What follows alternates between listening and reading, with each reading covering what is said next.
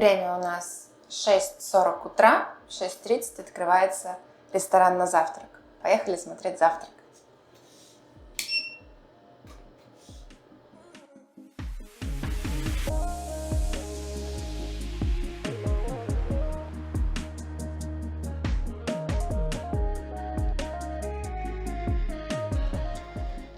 Hello. Hello.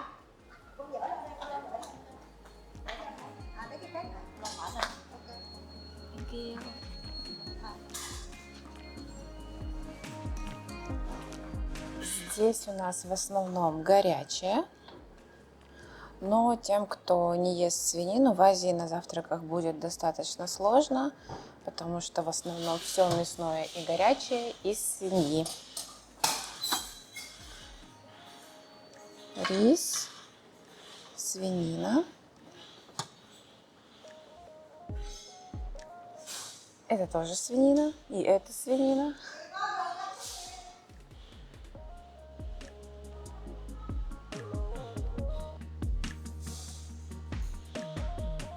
Здесь у нас станция с хлебом.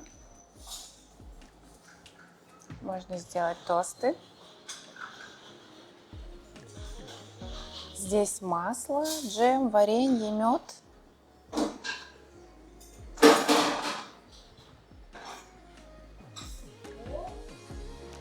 Здесь станция с напитками. Всегда есть минеральная водичка и 2 вида какого-то сока. Здесь кофе, чай. Вьетнамский черный вкусный кофе. Здесь хлопья и молоко.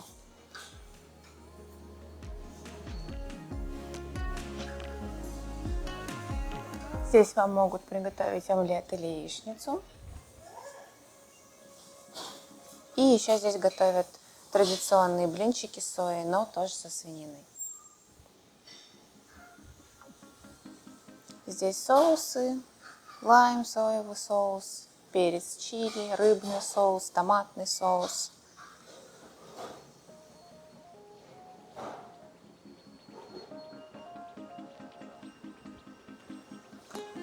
Всегда есть 2 вида супа. Сегодня это, например, куриный суп и суп с говядиной. Здесь горячее, но тоже из свинины. Мы это просто не едим, поэтому не пробуем. Дальше у нас идут фрукты. Фруктов обычно 3-4 вида. Сегодня это драконфрукт, ананас и яблочки зеленые. 3 вида десертов всегда. И йогурт.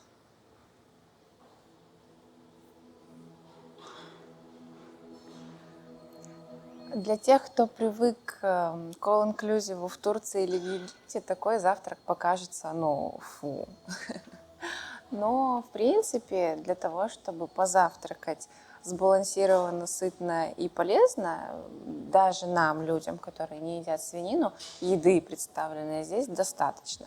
Мы всегда берем яйца, делаем тосты с маслом, салат поливаем лаймом, фрукты, и нам хватает этого на несколько часов до обеда. Поэтому нас, в принципе, это не парит. Для кого это вопрос принципиальный, нужно искать отель сильно подороже, чтобы завтрак был более разнообразный, и помимо свинины присутствовали еще другие виды мяса.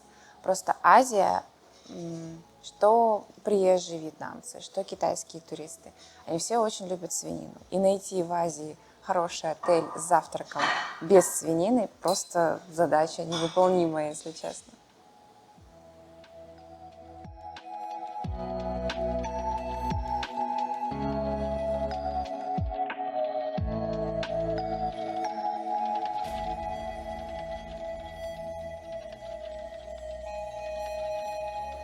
В итоге мы взяли на завтрак 2 яичка, рис с яичком, фрукты, ананасик и питахая, и зеленый салат с овощами и хлеб с маслом. Это наш примерный стандартный набор завтрака. Сытно, вкусно и полезно. А сейчас я вам покажу наш номер. Заходим. А тут я. А тут Екатерина. Да, я уже здесь. Да. Тут у нас большая кровать. С шикарным матрасом, с 4 мягкими подушками, с офигенно приятным мягким одеялом. Короче, кровать для Азии вообще. Да. Также у нас тут диванчик со столиком. Такой столик, телевизор. Это, собственно, входная группа. В отражении, собственно, я. Да, и тут у нас за шторкой это вход на балкончик. Мы живем на 12 этаже. И номер у нас с видом на море. Здесь уже, естественно, сушатся наши пляжные принадлежности. Проходим.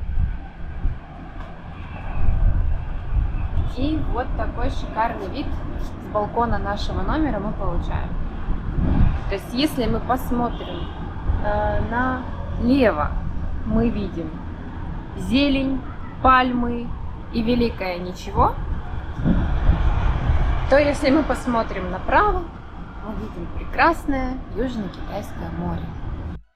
Номер очень уютный, и мы его выбирали как раз из-за того, что он в таком европейском стиле, что он такой весь прям аккуратненький, он супер функциональный, все шкафчики, они используются, здесь у нас холодильник, в номере есть фен, ну, соответственно, по стандарту чайник, чайные пары, водичка, чай, кофе, все приносят каждый день.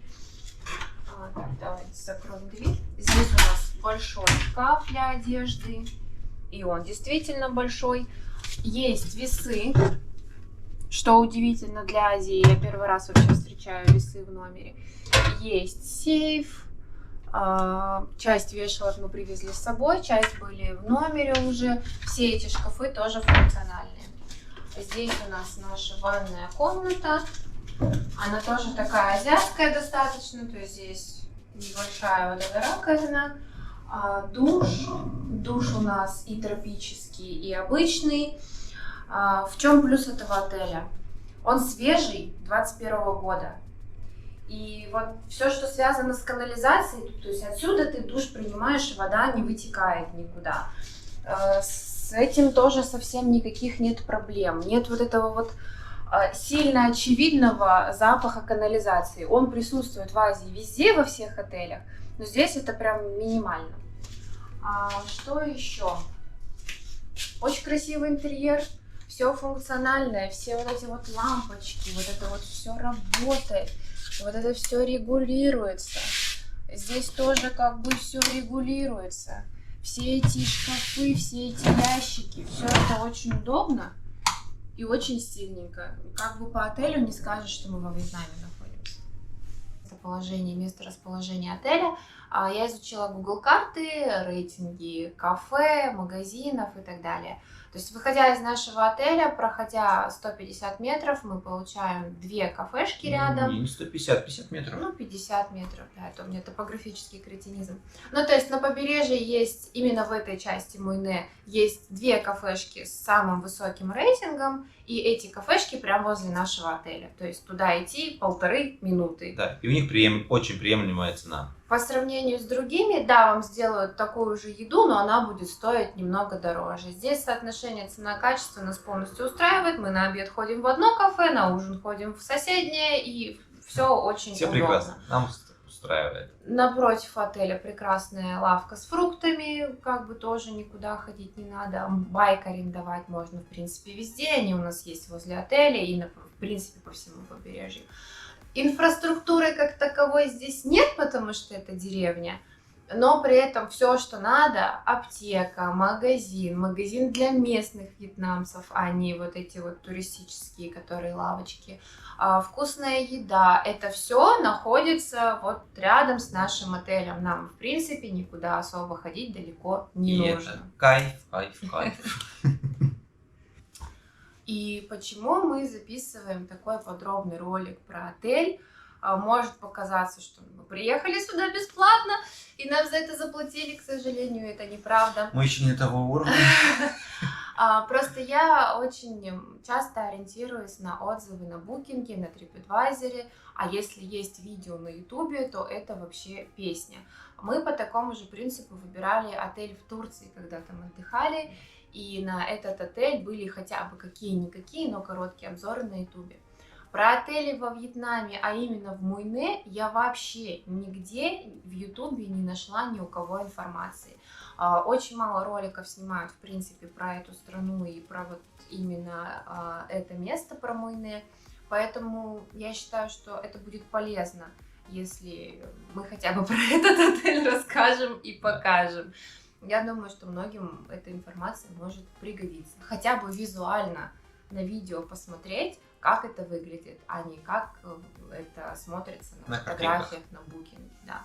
Поэтому мы в Узбекистане записывали тоже обзоры на гестхаусы, в которых мы жили. И очень многие потом наши подписчики, которые планировали тоже посетить Узбекистан, они спрашивали у нас...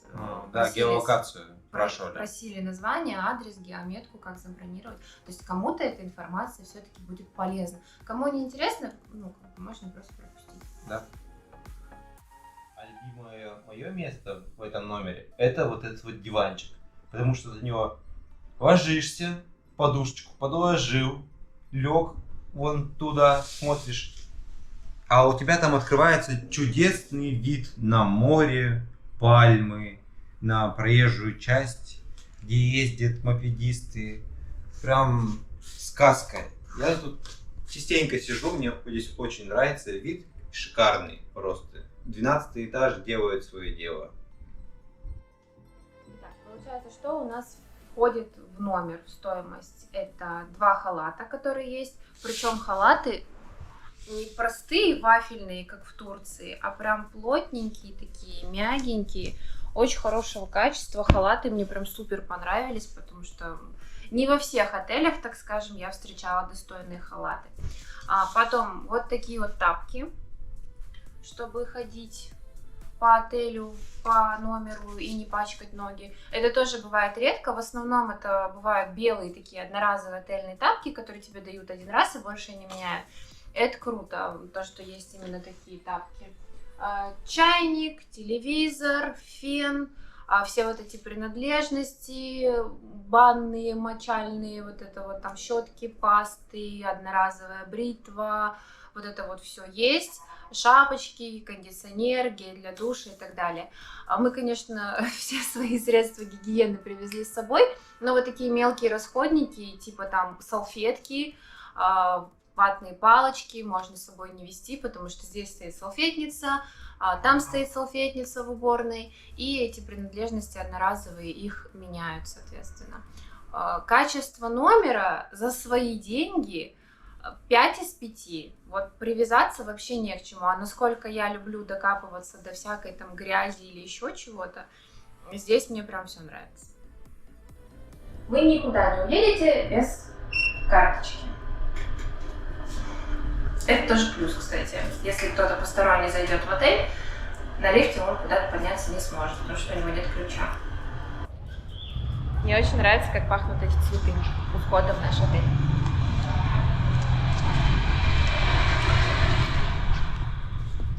Здесь у нас очень-очень просторный холл, и мне нравится вот эта инсталляция. Она прям стилевая такая.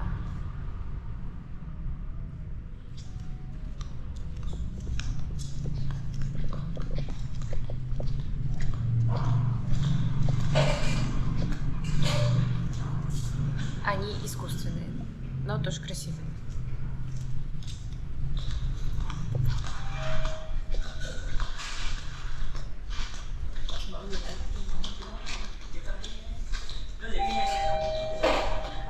Пойдем скорее. Сейчас мы поедем в фитнес. Если кому сильно надо, здесь есть. Есть тренажерный зал и есть спа-зона. Сейчас посмотрим на нее. Пойдем в тренажерный зал.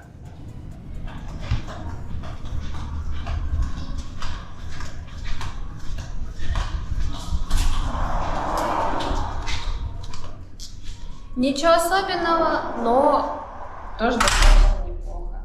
Есть гантели, есть беговая дорожка, эллипсоид, велосипед. Как бы минимальные потребности любого человека, который занимается спортом, это может восполнить.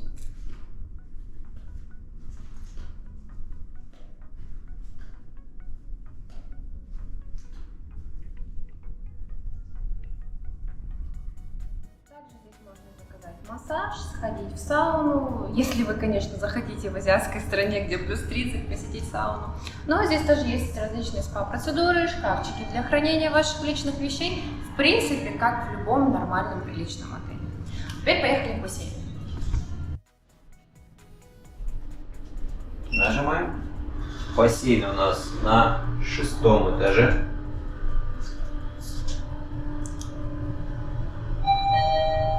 А вот мы и приехали.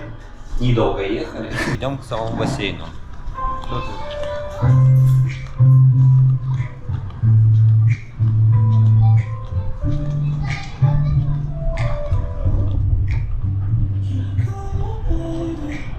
Красиво. Прям красиво. А вот я думаю, здесь надо было.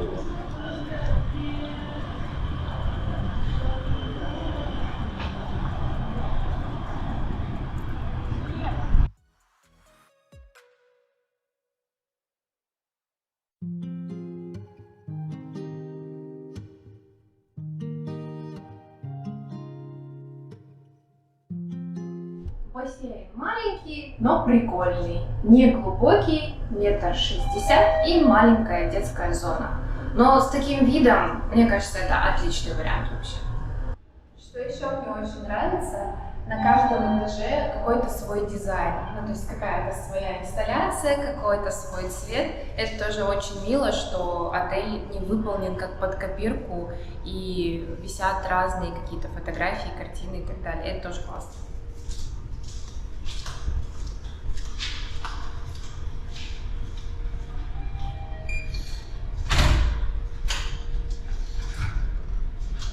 Первый плюс, самый большой плюс данного отеля, это то, что этот отель был построен только в 2021 году.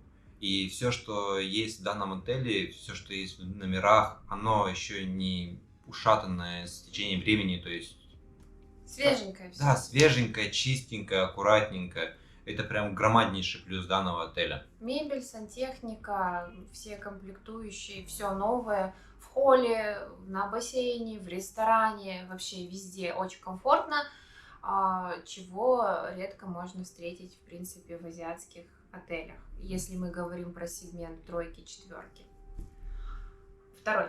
Да, второй говори. Второй плюс. Ну, естественно, как бы это сейчас парадоксально не звучало, но плюс этого отеля в том, что это самое высотное здание, самое высокое здание именно в Муйне. Помимо того, что он новый, он еще и самый высокий. Здесь в общей сложности 22 этажа. С 7 по 21 этаж это гостевые номера. На 22 этаже есть лаунж-бар, терраса, то есть можно вечером прийти. Он с 5 часов открывается, этот лаунж-бар, и до 12 ночи. Можно прийти, взять коктейльчик, посидеть, посмотреть на улицу, на вот эти вот огонечки. Ну, если прийти в 5 часов, еще будет видно море. Да, но будет еще светло. Потому что темнеет примерно без 15-6 уже становится темно. Шикарный вид, соответственно, если вы живете там условно выше 6-го, вот с 7-го начиная этажа, шикарный вид на море, отель очень красивый, не знаю, мне все нравится. Мы как будто пиарим отель. Нам не заплатили да, за нам пиар. не заплатили. Мы чисто так для вас. Почему, например, для меня важно качество отеля? Многие говорят о том, что ну мы же в номер приходим только там помыться и поспать. Вот как раз таки помыться и поспать. Если у вас плохая кровать, если у вас там старый матрас, если стрёмные подушки и там какое-нибудь уже затасканное, застиранное постельное белье, спать будет некомфортно. Если у вас побитая, перебитая уже ванна, не работает, подтекает сантехника, где-то по углам плесень, пахнет, но это же тоже не очень комфортно. Любой тур, не знаю, по крайней мере, вот все, что я смотрела, все, что я видела, любой тур в азиатскую страну — это не дешевое удовольствие, это не 3 копейки стоит. И платить деньги немалые за то, чтобы жить непонятно как, непонятно где, с плесенью, с посторонними запахами и с матрасом, после которого у тебя будет болеть спина, ну, по мне, это такое себе. Поэтому лучше все-таки относиться к выбору отеля более осознанно. Вы все равно проводите в нем время. И я очень тщательно выбирала отель. Очень рада, что выбрала именно этот. Нам есть чем сравнить. Мы были в Таиланде, мы тоже жили в корпусе 4. Это, кстати, тоже отель 4 звезды. Но в Тае 4 звезды и вот этот отель 4 звезды. Две разные вещи. Это прям совсем... Я думаю, что разные. можно отель даже отнести к 5. Ну, по тайским меркам, да. Плюс-минус Прям можно отнести к 4 с плюсом, да. Да. Да. Ну и третий для нас лично плюс. Все, что мы сейчас говорим, это только наше мнение. Оно может не совпадать с вашим, поэтому не путайте, пожалуйста. Третий плюс данного отеля – это панорамный бассейн, который находится на 6 этаже. С него открывается шикарный вид на море и на все впереди идущие отели. Прям шикарно. Это был один из показателей того, почему мы выбрали именно этот отель. У отеля нет своей территории. Это, наверное, для кого-то будет минус, но нам наоборот. Нас очень устраивает, что это просто отдельно стоящее большое здание и нет никакой рядом территории, потому что все как раз вот эти ништяки, они находятся выше. То есть вот тот же самый бассейн, когда вы смотрите на воду, на водную гладь бассейна, из-за того, что он находится на 6 этаже, он сливается вровень с морем. То есть даже на фото можно посмотреть, ты плаваешь в бассейне нет борта, и как бы тут вода, и за тобой тоже вода. Это очень красиво. А пальмы, там, траву зеленую и так далее, вот вы выходите из отеля, из этого, и можете на территорию любого зайти. Ходить с соседям, например. Да, смотреть там на пальмы и на траву зеленую. Ну, собственно, кому она нужна. Отель находится на 2-й береговой линии, но это тоже не критично. Почему? Идти буквально метров 300. То есть вы выходите из отеля, поворачиваете направо, проходите метров 50 и поворачиваете налево. Там Через дорогу. Через дорогу, да. Прямой участок дороги, который метров, наверное, 150, наверное, это максимум, 200. И вы уже оказываетесь на центральном пляже Муйне. И это самый чистый и самый большой пляж. У отелей, которые находятся на 1-й береговой линии, да, у них есть свои лежаки. Но они в таком состоянии, что на самом деле можно и без них обойтись, если честно. Ну, либо на крайняк можно подойти и взять в аренду этот же самый лежак. Если для кого-то это прям сильно принципиально. Просто в чем для нас была принципиальная разница? Отель наш и отель 1-й линии, который через дорогу, через 300 метров от тебя. Разница в цене и тут 4, и тут 4 звезды. Разница в цене примерно 150-200 тысяч тенге. Это минимум. А смысл за это переплачивать? Да, ты, находясь в том отеле, выходишь из номера, проходишь 50 метров, и ты уже на пляже, но по мне это не стоит 200 тысяч тенге, учитывая, что ты с этим потом человеком будешь на одном пляже загорать, отдыхать и Если бы у них был бы отдельный личный пляж, то да. Здесь есть на Муйне дорогие 5-звездочные отели, где есть пляжи получше, где еще больше песочка, где еще больше убирают. Где лежаки там свои. Где свои лежаки, это закрытые пляжи, туда никому больше нельзя заходить, кроме гостей этого отеля. Но там цена, просто в космос улетела. Поэтому если для кого-то принципиально 1-я береговая линия, и вам не хочется проходить эти там условные 500 метров, то, как говорится, you're welcome, платите на 200 тысяч больше и живите. Но нам такой вариант не подходит.